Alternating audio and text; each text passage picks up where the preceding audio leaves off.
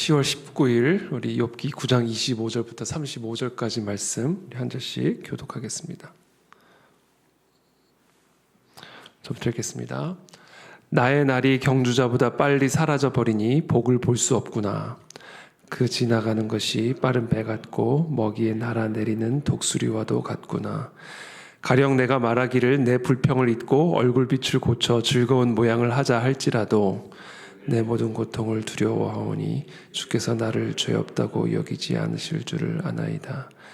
내가 정죄하심을 당할진대 어찌 헛되이 수고하리이까. 내가 눈 녹은 물로 몸을 씻고 잿물로 손을 깨끗하게 할지라도 주께서 나를 개천에 빠지게 하시리니 내 옷이라도 나를 싫어하리이다. 하나님은 나처럼 사람이 아니신즉 빠질 수도 없고 우리 사이에 손을 얹을 판결자도 없구나. 그 위험이 나를 두렵게 하시기를 원하노라. 함께 읽습니다. 그리하시면 내가 두려움 없이 말하리라. 나는 본래 그렇게 할 수 있는 자가 아니니라. 아멘.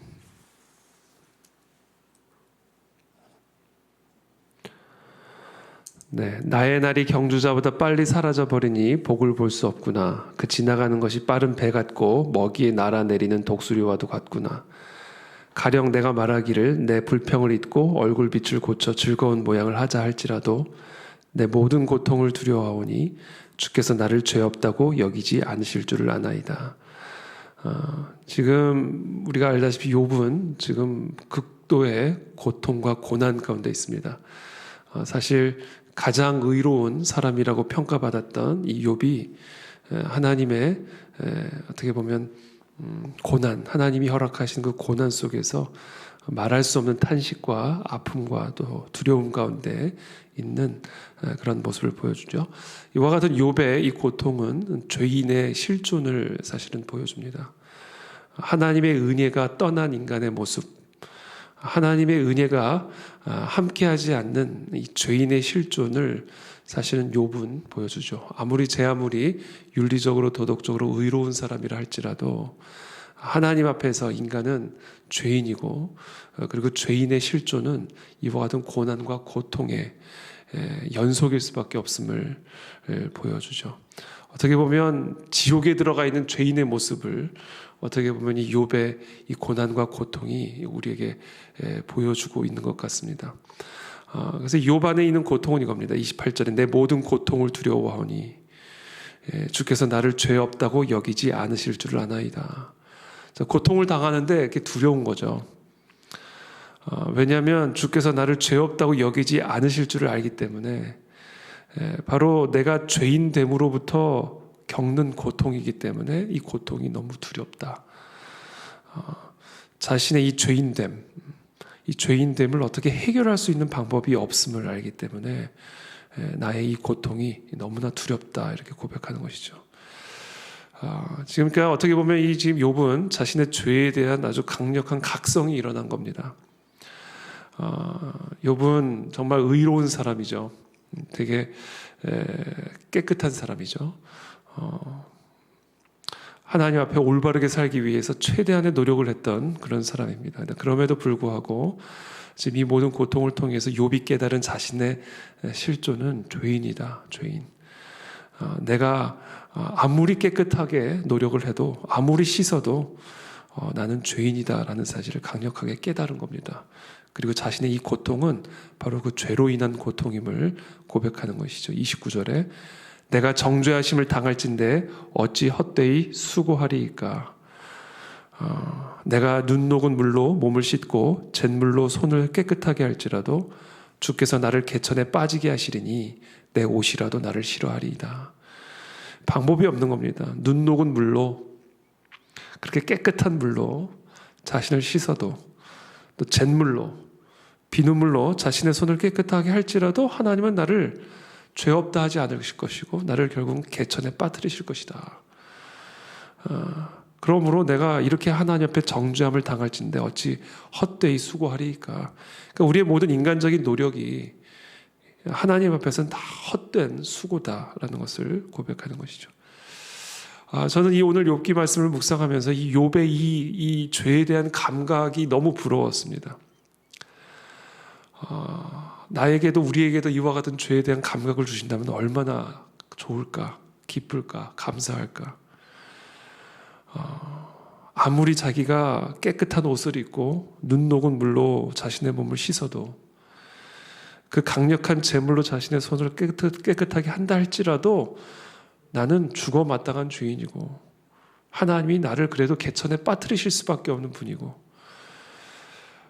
나는 하나님 앞에 정죄함을 당할 수밖에 없는 죄인이고 내가 무슨 수고를 한다 한들 그 모든 수고들이 다 헛된 수고다라는 사실을 내가 항상 기억하고 경험하고 깨닫고 그런 감각을 가지고 내가 살 수 있다면 얼마나 행복할까, 이런 마음의 소원을 품게 되었습니다. 복음서에 보면 죄인을 상징적으로 비유하고 있는 그 인간들이 나오죠. 소경, 이거 다 물론 육체적인 소경이지만 사실은 그 모든 것들이 영적인 소경을 드러내는 육적인 현상이죠. 하나님을 하나님으로 알지 못하고 예수 그리스도를 하나님의 아들로 알아보지 못하는 그와 같은 영적인 소경된 자들의 육적인 현상을 그와 같은 소경의 형태로 보여주고 계시고 또 나타나고 있는 것이죠. 그 중에 대표적인 것이 문둥병자입니다. 문둥병자. 이 문둥병이라고 하는 것은 오늘날 이제 나병이라고 하는 것인데, 이 나병의 균은 어떤 균이냐면 고통을 알지 못하게 하는 병이라고 합니다. 이 감각기관을 마비시켜서 고통을 느끼지 못하게 하는 병이 바로 문둥병이다라는 것이죠. 나병이라는 것이죠. 언뜻 생각하기에 우리가 고통을 느끼지 못하고 산다면 얼마나 좋을까라는 생각을 할 수가 있습니다. 고통 가운데서도 내가 고통이 없다면 마치 마취제처럼 어떤 상황에서도 내가 고통을 느끼지 못하는 그런 삶을 살 수 있다면 얼마나 행복할까라고 생각할 수 있지만 사실은 문둥병은 당시 신약시대에 가장 하나님의 지독한 저주받은 병으로 평가받던 병입니다. 실제로 이제 문둥병자를 치유하던 여러 선교사님들, 문둥병자 사역을 했던 여러 그런 사역의 그런 어떤 내용들을 이렇게 읽어보면 정말 참혹하기 이를 데가 없습니다. 일단 고통을 느끼지 못하기 때문에 병이 들어와도 알지를 못합니다. 이 고통을 주신 이유는 병이 들어오면 지금 자신의 몸이 뭔가 잘못됐음을 깨닫고 그것에 상응하는 조치를 취할 수 있게 해주는 일종의 경보 사인이죠.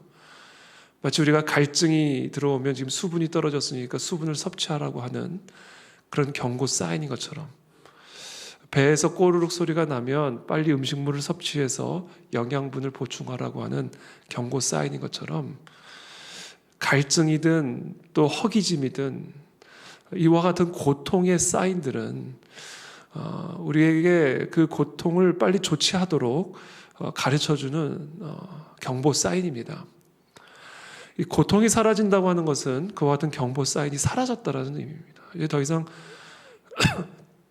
자신의 이 상태를 가르쳐줄 수 있는, 경고할 수 있는 사인이 완전히 상실됐음을 말하는 것이죠. 그러니 그보다 더 저주받은 병이 어디 있겠습니까? 그보다 더 고통스러운 병이 어디 있겠어요? 실제로 못질을 하다가 망치로 손을 이렇게 쳤는데도 피가 줄줄 흐르는데도 고통을 못 느껴요. 그러니까 문둥병자들은 하나같이 다 이렇게 썩어 있습니다. 이렇게 쉽게 말하면 썩어 문드러져 있습니다. 왜냐하면 고통을 알지 못하기 때문에 그것에 상응하는 조치를 취할 수 없기 때문에 어마어마한 그런 저주받은 삶을 살아가게 되는 것이죠. 신약 시대에 바로 이 문둥병자를 최고의 저주받은 인간으로 여겼고 주님은 그와 같은 상태를 죄인의 상태다 이렇게 얘기를 합니다. 이 죄의 가장 중요한 특징은 죄를 느끼지 못하게 하는 것입니다. 이 죄라고 하는 바이러스의 가장 치명적인 고통은 죄를 죄로 여기지 못하게 만든다라는 것이죠. 그래서 죄를 감각하지 못하게 하는 겁니다. 죄 가운데 있으면서도 죄의 지배를 받고 있으면서도 전혀 그 죄를 느끼지 못하게 하고 그 죄로 인한 고통을 느끼지 못하게 하는 바로 이와 같은 균이 바로 죄라고 하는 균이죠. 그래서 어떻게 보면 이 죄라고 하는 이 바이러스를 설명하는 데 있어서 이 문둥병, 이 나병보다 더 적합한 병도 없다라는 생각이 듭니다. 저는 오늘 욥이 어떻게 보면 이와 같은 고통은 정말 고통스럽지만 그러나 이와 같은 고통 속에서 자신의 죄를 깨닫게 되었고 자신이 얼마나 저주받아 마땅한 죄인임을 다시금 느끼고 그 죄에 대한 감각을 회복했다라는 점에서는 참 너무나 부러운 그런 상황 가운데 있다라는 사실을 좀 묵상하게 됩니다. 어쩌면 욥 안에는 매우 어떻게 보면 그 의롭다 하는 자신의 그 의식이 있었을지 모르겠어요. 항상 모든 것을 윤리대로 법대로 사람 보기에 하나님 보기에 깨끗하게 행했고 또 자기의 자식들이 파티를 벌이고 나면 혹여라도 죄를 지었을까 번제로 자신의 자식들의 죄를 사하기 위해서 제사를 드리고 이렇게 아주 철저한 그 의로운 생활을 했던 욥이었기에 자신의 이와 같은 행위로 말미암아 자신을 의롭다라고 생각하는 그와 같은 생각을 가지고 있었을지 모르겠습니다. 아마도 가지고 있었을 거라 저는 생각을 합니다. 그렇기 때문에 이 모든 고통을 통해서 얼마나 자신이 죄인이고 정말 내가 두려운 것은 이 고통 자체보다도 하나님이 나를 죄 없다 하지 않으실 것이기에 정죄당함으로 말미암은 이 고통이 진짜 나의 고통임을 고백하면서 설령 자기가 눈 녹은 물로 몸을 씻고 제물로 씻어도 하나님은 다시 나를 개천에 빠뜨리실 것임을 이제 본인이 알았기에 거기서부터 오는 두려움이다라는 것이죠. 그래서 제가 지난주 금요일에도 함께 나누었지만 이번 금식 기도회를 통해서 하나님 정말 내 안에 죽어있던 죄에 대한 감각들이 다시 살아나게 도와주십시오. 정말 하나님의 은혜가 없이는 우리의 실존은 이와 같은 욥의 실존이 될 수밖에 없음을 그것이 나임을 그것이 우리임을 정말 더 깊이 깨달아 가난한 심령, 상한 심령을 가진 자들이 되게 도와주십시오. 하나님이 기뻐 받으시는 제사는 바로 이 상한 심령으로 드리는 제사라고 주님이 말씀하여 주셨습니다. 하나님 내 안에 이 상한 심령을 회복하여 주시어서 어찌할꼬 나의 죄를 고통스러워하는 나의 상황이 아니라 나의 죄를 고통스러워하는 그와 같은 하나님의 사람들이 다 될 수 있도록 이번 금식 기도회 기간 동안 이 죄로 인한 고통의 감각을 회복하여 주시옵소서. 그러나 그것으로 끝나지 않죠. 오늘 이 욥의 이 고통의 핵심은 이겁니다. 32절부터 하나님은 나처럼 사람이 아니신즉 내가 그에게 대답할 수 없으며 함께 들어가 재판을 할 수도 없고 우리 사이에 손을 얹을 판결자도 없구나. 이 판결자라고 이제 번역을 했는데 이 판결자라는 얘기는 사실은 젖쥐를 재판장, 판사를 의미하는데 하나님이 판사죠. 엄밀하게 말하면 판결자라기보다는 판결자라는 번역보다는 이제 영어 성경에 보면 mediate라고 했습니다. mediate. 중재자가 없다. 중재자. 하나님과 나 사이에 중재할 수 있는 중재자가 없다. mediate 할 수 있는 사람이 없다. 하나님과 나를 이렇게 묶어서 함께 mediate 해줄 수 있는, 중재해줄 수 있는 중보자가 없다. 이 중보자가 없음으로 말미암은 고통을 또 호소하고 있습니다. 도대체 누가 하나님 앞에서 나를 중보해 줄 수 있을까? 누가 도대체 하나님과 나를 중재해서 나를 하나님 앞으로 인도할 수 있을까? 그러니까 이 죄에 대한 감각이 확 사라지자 누군가가 필요하다라는 것을 느낀 거예요. 하나님 외에 누군가가 필요하다.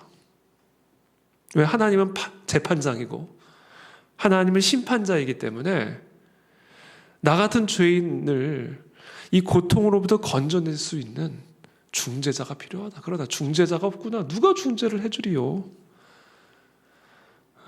거기서 오는 고통과 두려움을 동시에 호소하고 있는 것이죠. 34절에 주께서 그의 막대기를 내게서 떠나게 하시고 그의 위엄이 나를 두렵게 하지 아니하시기를 원하노라. 그리하시면 내가 두려움 없이 말하리라. 나는 본래 그렇게 할 수 있는 자가 아니니라. 이 중재자가 있어서 그의 막대기를 나에게서 떠나가게 하시고 그의 위엄이 나를 더 이상 두렵게 하지 아니하시기를 원하노라. 그리하면 내가 두려움 없이 말하리라. 바로 이 중재자는 누구입니까? 예수 그리스도이시죠. 예수 그리스도는 우리와 똑같은 유혹을 받고 죄인의 모양으로 이 땅 가운데 오셔서 우리와 동일한 시험을 받은 자이시지만 그러나 죄는 없으신 분이었습니다. 왜냐하면 우리의 중보자로 오셔야만 했고 중보자로 오신 분이기 때문에 동일한 죄인의 모양으로 오셨지만 또 동일한 시험을 받으셨지만 그러나 시험을 이기신 분이었고 모든 죄를 이기신 분이셨습니다. 그분이 우리의 중보자요 중재자로 오셨습니다. 그래서 그분은 지금 욥과 같이 또 우리와 같이 시험을 받고 있는 자, 죄 가운데 있는 자, 또 죄로 인하여 말할 수 없는 고통과 탄식 가운데 있는 자들을 동정하실 수 있는 분이시고, 그래서 주님은 우리에게 초청합니다. 은혜의 보좌 앞에 담대히 나와 때를 따라 도울 수 있는 그 은혜를 받으라. 이것이 오늘 욥이 들어야 할 하나님의 말씀이고 또 욥과 같은 그런 고통과 탄식 가운데 있는 저와 여러분들이 들어야 할 하나님의 음성입니다. 저와 여러분들에게 중재자가 있습니다. 저와 여러분들에게 중보자가 있습니다. 전능하신 하나님 앞에 그 은혜의 보좌 앞에 담대히 나아갈 수 있는 그 은혜를 입게 하신 중보자 예수 그리스도가 계십니다. 우리는 하나님 앞에 서면 오늘 욥과 같은 고통과 탄식과 두려움 가운데 서 있을 수밖에 없지만 그것이 죄인의 실존이지만 그러나 죄인의 모양으로 오셔서 우리를 대신하여 십자가에서 죽으심으로 우리의 모든 죄값을 대신 대속하신 그 예수 그리스도의 보혈의 은혜로 말미암아 우리가 담대히 그 하나님 앞에 나아갈 수 있는 담력을 얻게 되었고 두려움 없이 하나님 앞에 간구할 수 있고 기도할 수 있고 부르짖을 수 있는 그런 특권, 그런 지위를 우리가 얻게 되었습니다. 그래서 오늘 이 새벽에 이 예수 그리스도의 보혈의 이름을 의지하여 하나님의 보좌 앞에 나가시는 저와 여러분들이 다 되시기를 축복합니다. 하나님, 우리의 죄인됨을 깨우쳐 주십시오. 죄 가운데 있으면서도 죄를 알지 못하는 우리의 죄성을 하나님의 그 두려운 임재 앞에서 깨닫게 도와주십시오. 그 하나님의 그 심판의 임재 앞에서 나의 죄가 얼마나 무서운 죄인지, 내가 얼마나 정말 참혹한 죄인인지를 깊이 깨달아 알게 도와주십시오. 이것이 하나님의 임재의 두려움이 우리에게 주는 은혜입니다. 그리고 동시에 그 예수 그리스도의 그 십자가의 은혜 앞에서 우리를 향한 그와 같은 하나님의 진노가 눈 녹듯이 다 녹아져서 우리의 모든 죄를 씻어주셨음을, 그 십자가에서 그 흘린 피가 우리의 죄를 씻는 양잿물이 되어서 우리를 의롭게 하신 그 보혈의 피의 권세를 누리는 오늘 이 새벽이 될 수 있도록 우리 모두에게 은혜를 베풀어 주옵소서. 그것을 위해서 함께 기도하며 나가도록 하겠습니다.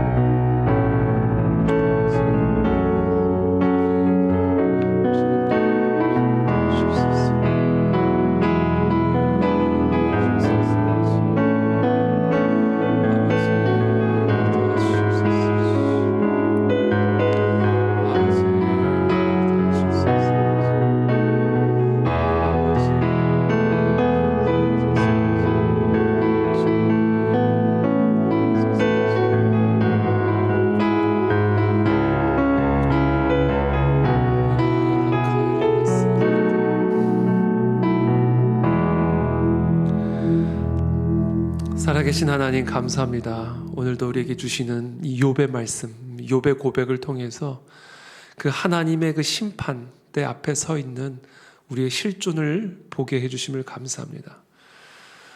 정말 하나님의 심판대 앞에 서 있는 우리들은 고통과 탄식과 두려움에 사로잡히지 않을 수 없는 그런 죄인 중의 괴수임을 고백합니다. 우리의 어떠한 의의 노력도 헛된 수고임을, 하나님의 그 거룩한 임재 앞에 우리는 심판받아 마땅한 죄인임을 오늘 이 시간 이 욥의 이 고백과 탄식을 통해서 보게 되었나이다.